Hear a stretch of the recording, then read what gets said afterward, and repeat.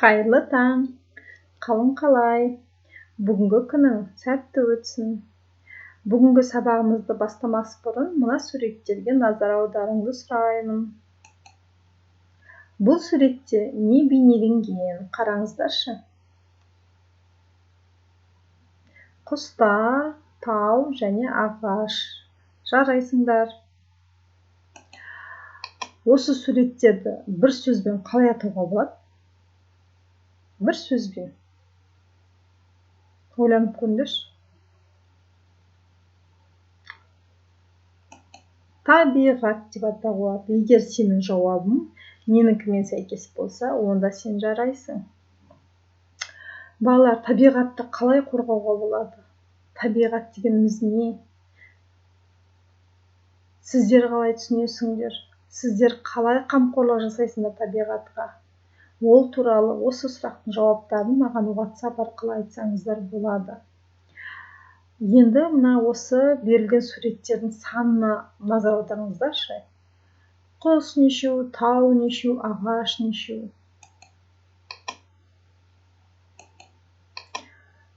Төрт құс, үш тау және 6 ағаш екен. Барлығын тауып көрейікші.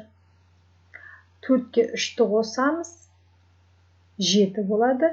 7-ге 6-ны қосу үшін 7-ні 10-ға толтырамыз. Оның қалған 3-тігін қоса қоямыз. Сонда неше болады?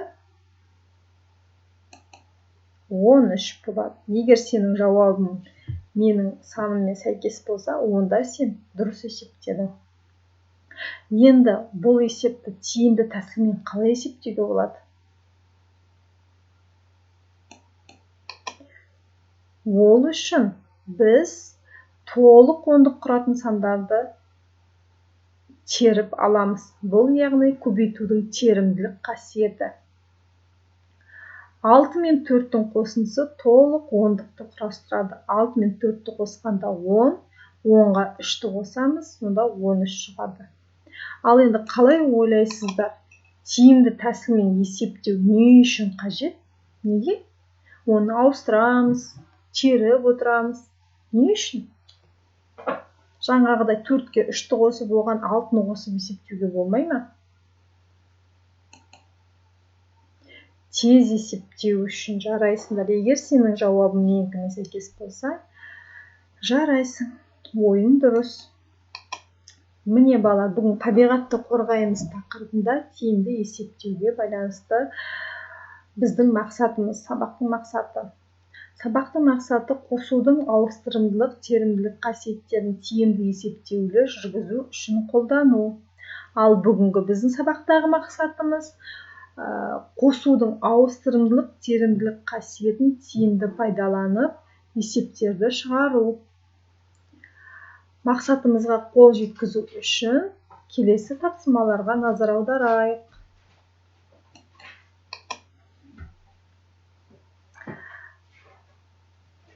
Сырым мен Әлия Қазақстанның көрікті жерлерін аралап қайтты. Есептеуді тиімді тәсілмен орында, өрнектердің мәнін өсу ретімен ата, сонда балалардың бұл орындарды қандай ретпен аралағанын анықтайсың дейді.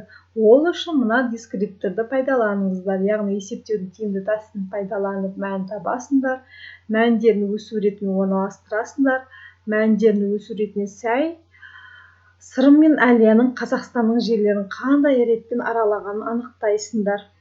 Мен Іле Алатауын өрнегін былай тиімді тәсілмен айналдырдым. 4-ті 5 рет қосылғаннан 4, 5 рет қосылған, мен 4-ке 4-ті, оған 4-ті, оған 4-ті қосып жатпадым. Яғни мен көбейту кестесіне ауыстыра қойдым. 4-ті 5-те көбейткенде 20 болады. Келесі 11 мен 3-тің қосындысы және 7 қосып, оған 9-ды қосқанда. 11 мен 9-ның қосындысын қосып алдым, толық 10-дық шықты 20. Одан кейін 7 мен 3-ті қосқанда 10 шықты, 20 мен 10-ды қосқанда 30 шықты. Яғни толық 10-дық болатын сандарды құрастырып алдым.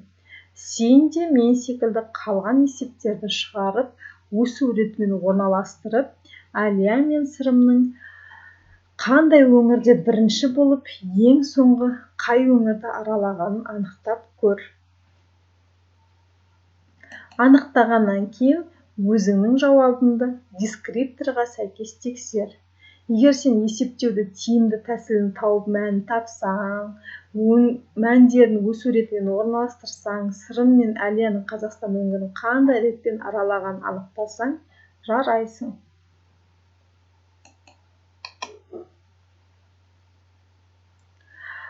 Келесі берілген тапсырманы орындап болғаннан кейін 7-ші беттегі номер 3-ші тапсырмаға өтсең болады. Саябақты көгалдандыру үшін әр қайсысына 9-дан 3 қатар қайың көшеті отырғызылды.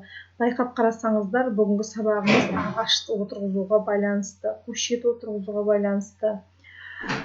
Барлығы неше көшет отырғызылды деген сұрақ қойылып тұр. Және де осыған сәйкес сіздерге бір сұрақ қойайын. Ағаш отырғызу не үшін керек? Бұл сұраққа жауап беру үшін WhatsApp желісіне хабарласып, жауаптарыңызды айтсаңыз болады. Енді бұл есепке сәйкес мына дескрипторы тұр. Осы дескрипторға сай сіздер есеп шығарасыздар. Бірінші есепті оқып, не туралы екенін анықтайсыңдар. Есепте не белгілі екенін табасыздар. Есептің сұрағын анықтайсыңдар. Шешуін тауып, жауабын жазасыздар. Және осы есепке кері есеп құрастырасыңдар. Бұдан кейін балалар көз жаттығуын орындағанды сіздерге ұсынамын. Яғни көздеріңді оңға, солға, жанға, төменге, жоғарыға айналдырып, көзімізді бір алыс нүктеге қарап, әлсін қайта-қайта 1-2 рет осы жаттығуды жасаған жөн. Келесі мақсатымызға қол жеткізетін тапсырма номер 7-ші беттегі номер 4-ші есептер. Яғни бұл есепті шығармаймыз, тек өрнек құрастырамыз. Бұл дескриптор есепті оқисыңдар, не белгілі, нені сұрайтын анықтайсыңдар. Әр есептің сұрағына жауап беретін өрнек қана құрастырамыз. Мысалы, шағын зауытта 45 килограмм тыңайтқыш 9 қапшыққа салынды. Тыңайтқыш дегеніміз балалар, бұл гүлдерге жақсы өсуіне арналған құнарлы топырақтарды айтады. Әр қапшыққа неше килограмм тыңайтқыштан салынды. Яғни сіздер номер 4 деп жазғаннан кейін А деп жазасыздар да, 45 килограммды 9 қапшыққа теңдей салынды. Сонда не істейсіңдер? Соны ғана жазасыңдар. Мысалы, бұл жерде 45-ті 9-ға бөлеміз. Мәнін табамыз.